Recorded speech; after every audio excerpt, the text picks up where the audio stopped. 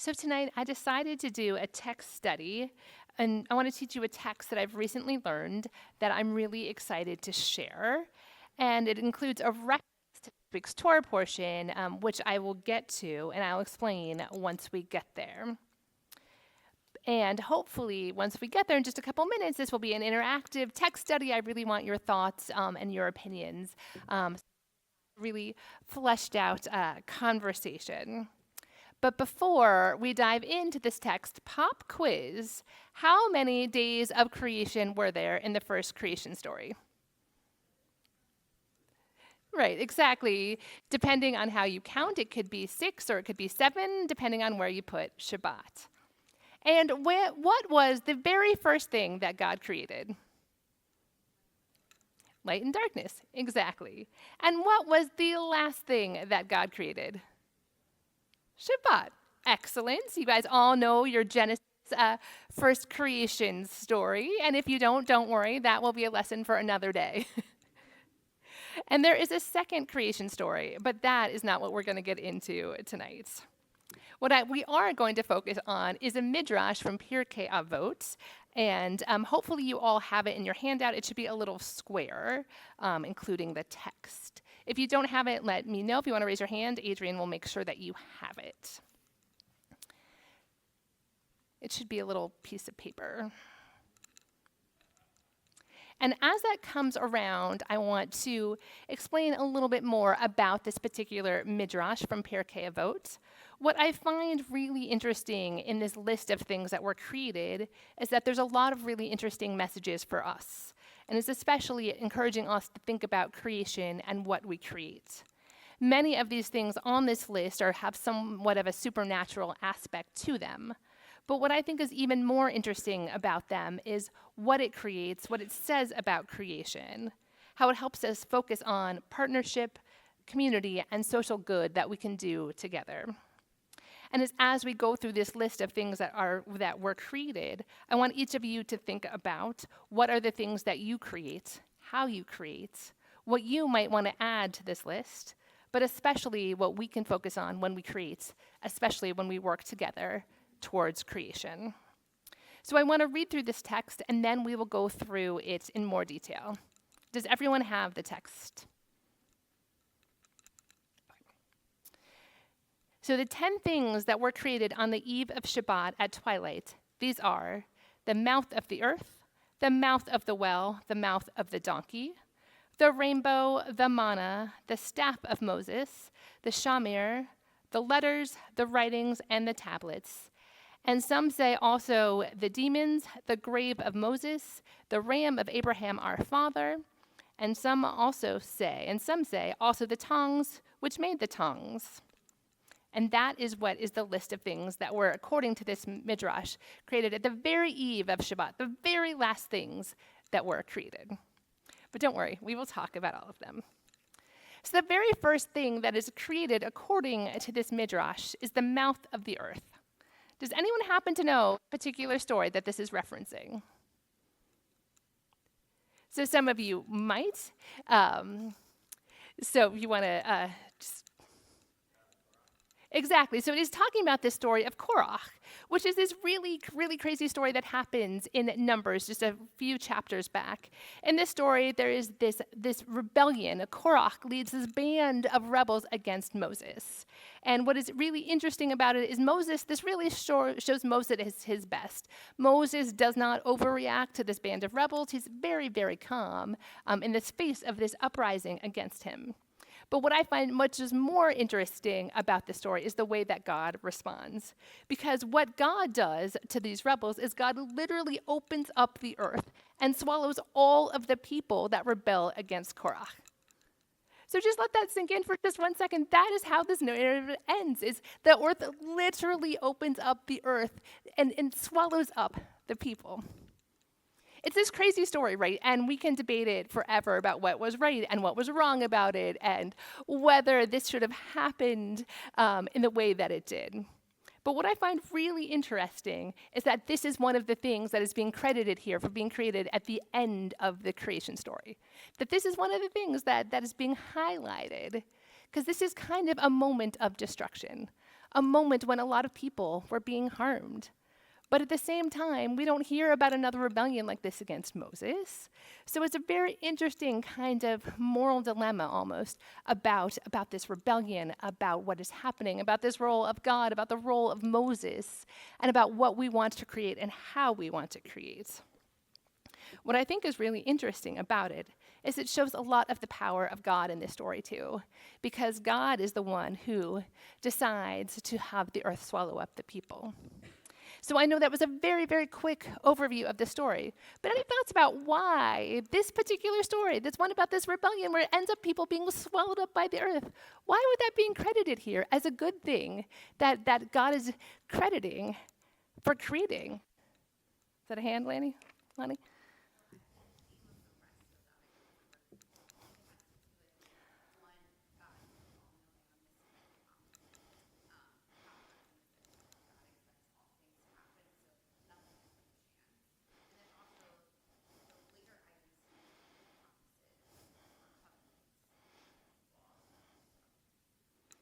So it's maybe this kind of mix of things that the later items are a little more positive, which we'll get to. Some of them are more about promises and things that are to come and that God being all-knowing. So perhaps it's also kind of some miracles that are coming, that are happening, and it's kind of some hope of survival, which is kind of a through line that gets us through this text as well. Go ahead, Marty.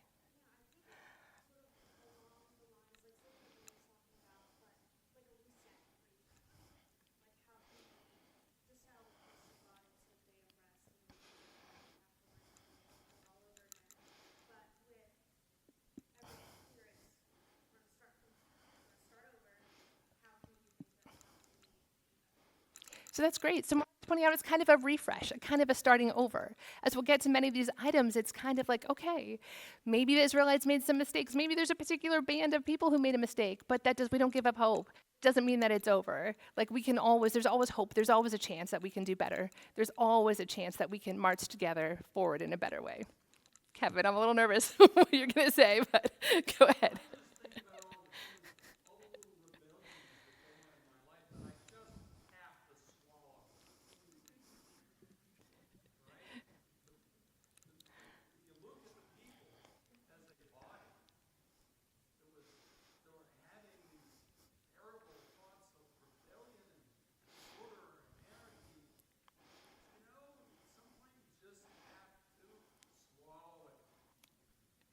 So can you all hear Kevin?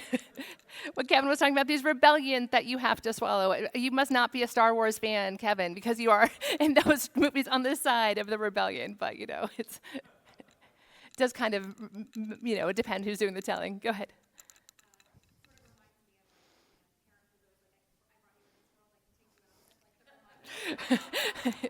Yeah, I mean... Yeah, exactly. It's this power kind of God created. I was doing a funeral earlier today, and it says, God gives and God takes away. So it's kind of a reminder of that. Not necessarily the best parenting in the world, but definitely a trick that is used often. Go ahead. Right. God didn't like it. God doesn't like being questioned. And there's many times when God doesn't like when people don't agree with or change their behavior that doesn't go exactly according to God's plan. Go ahead.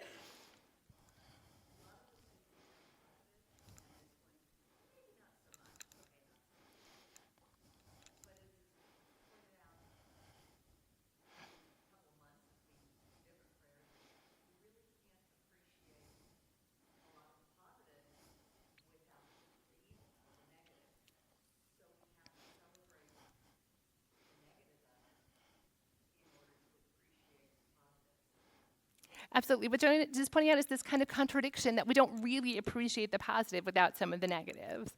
I use the example of the weather often, that living in LA, you don't necessarily appreciate a sunny day, right? Because there are so many, but if you live in a place where it isn't sunny all the time, when you hit that beautiful day, you're really, really appreciate it. And I think that applies to a lot of other areas in life too, that like if it's all happy and smooth sailing, you don't necessarily appreciate it. Sometimes, unfortunately, if we go through a hard time, we really, really then appreciate those good times even more. Go ahead, Ben.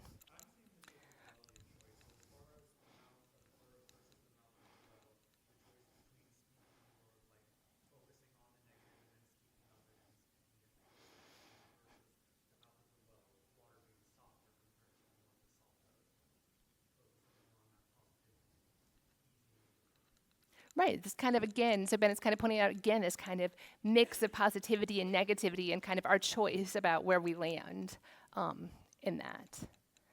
So let's move on. Don't worry, we're not going to spend as long on each of these, but let's move on to the second one, the mouth of the well.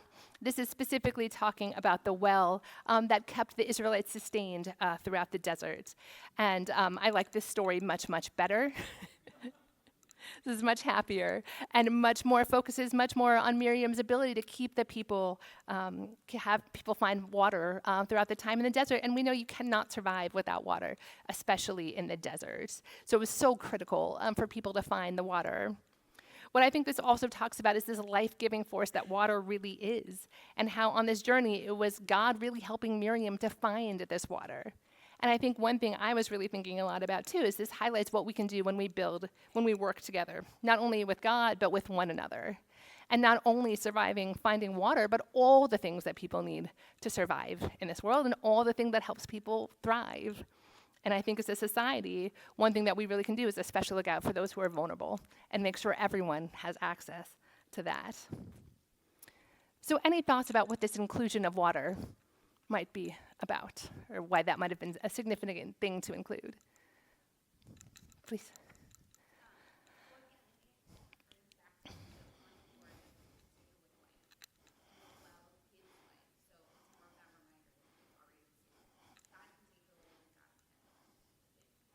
Right, it's this idea that there's both, that God can give and God can take away. And this water is literally this life-giving force. Good.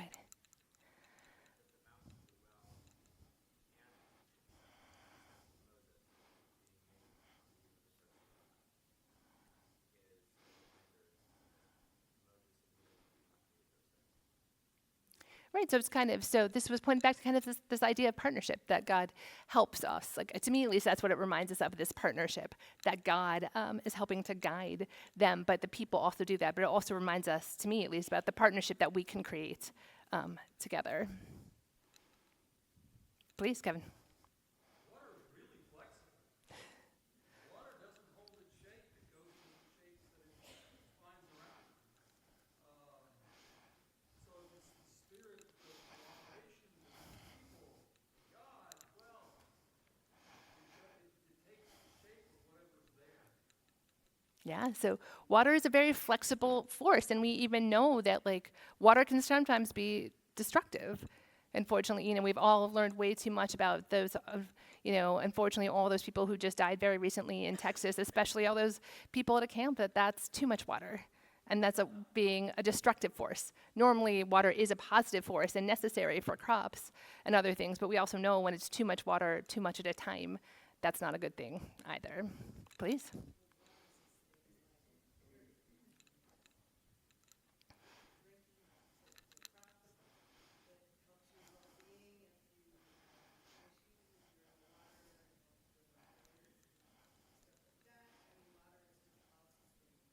Right, like water can help with a bunch of health issues too, and can be a very comforting force as well.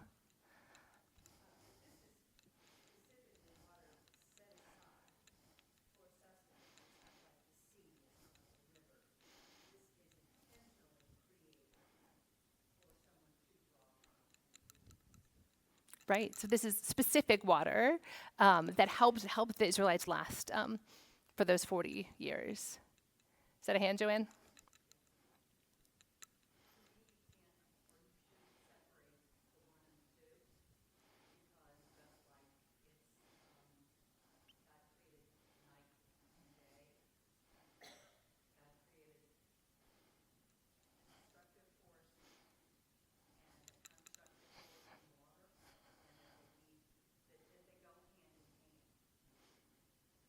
Is this kind of this idea of construction, creation and destruction, or sometimes two sides of the same coin?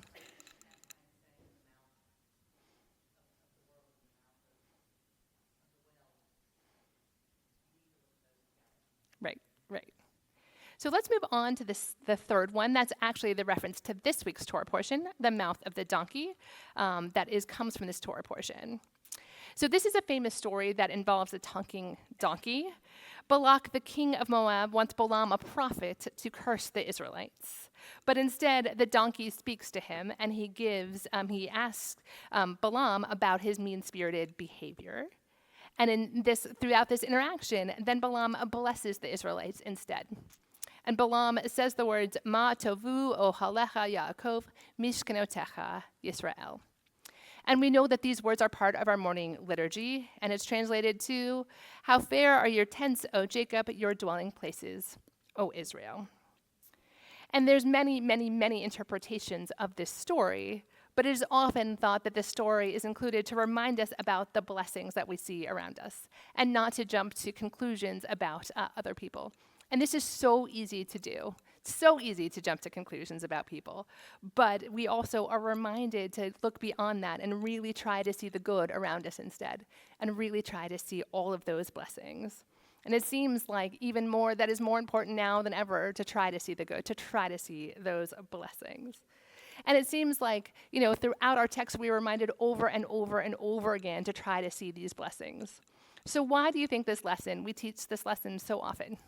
Like, why do we keep having to be reminded to look for those blessings?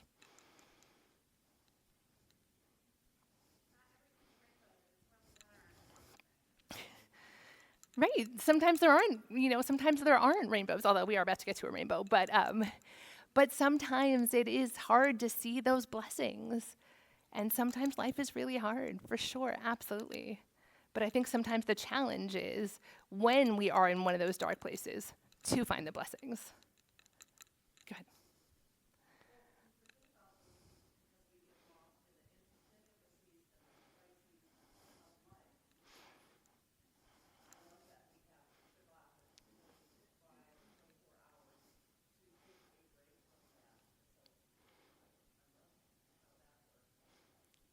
Yeah, and it's funny, what a great reminder Shabbat is to look at those blessings and to see them, because we get so caught up in our daily grind that we need those reminders, for sure.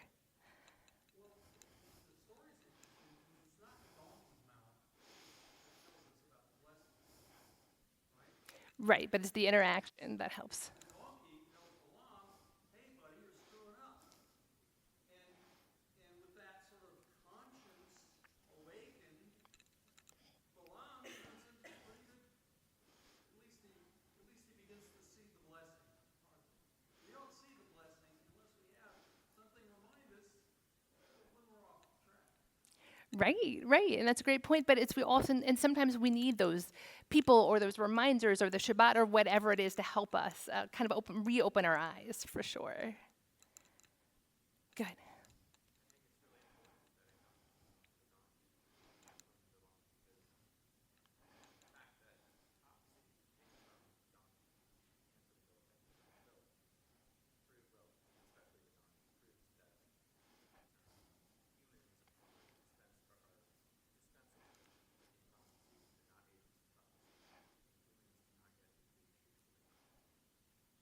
Right, it's kind of talking about this idea that sometimes, I think what you're getting into, sometimes these blessings come in kind of unexpected places, and not necessarily where they think they might come from. And we even more so have to be kind of aware of those blessings to be able to recognize them.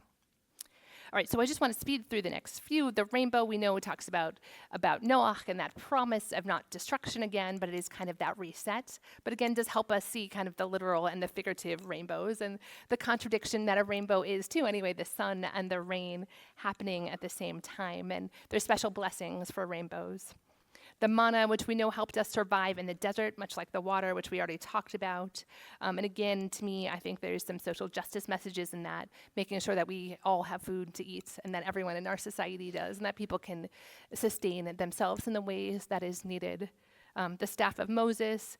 What I liked about this, too, is that we know not only did Moses use this staff again to find water, but also to part the sea slowly, level by level, bit by bit. And I think it also talks here about messages about patience and compassion and empathy, because there's so many miracles that come from that. So on to number 7, the Shamer. According to the rabbinic legend, this is a worm that Solomon used to cut the stones to build the first temple. It's this really crazy midrash, but I think what it really highlights here is this idea about the holy spaces. And though we can pray anywhere, it really, I think, helps us appreciate the holy spaces that we have. And then these next three, the letters, the writings, and the tablets, are all linked together. The letters are the shape of the letters that were used to write the 10 Commandments. The writings are the writings, again, that are in the 10 Commandments, and there's a legend that you could see it from all sides of the tablets and the tablets themselves. So that was all kind of linked together, those last ones. But again, at the core, I think, of the 10 Commandments is talking about a just society and living in partnership, not only with God, but with each other, and really helping us focus back on that. So I'm just going to skip this last one about the other things that people say, because I do want to wrap us up. But I'd love for you guys to think about what you would add to your list of things that were created or should have been created on that day. And if we move back to ourselves, I think what strikes me about this list is that it helps us work towards a society that we want to live in, that we can create a society where we look out for each other, that we care for one another, that we do so with compassion, and that this text really helps us focus on the connections between God, but also our connections with each other. So we know that this is a long process to build this Kehila Kadosha, sacred community, but we know that when we do so, creating step by step, slowly by slowly, on our journey, we know that we can get there. So hopefully we will have an opportunity to study this text more. Obviously, there's much more to discuss about it, but hopefully we'll have an opportunity to do so at another time.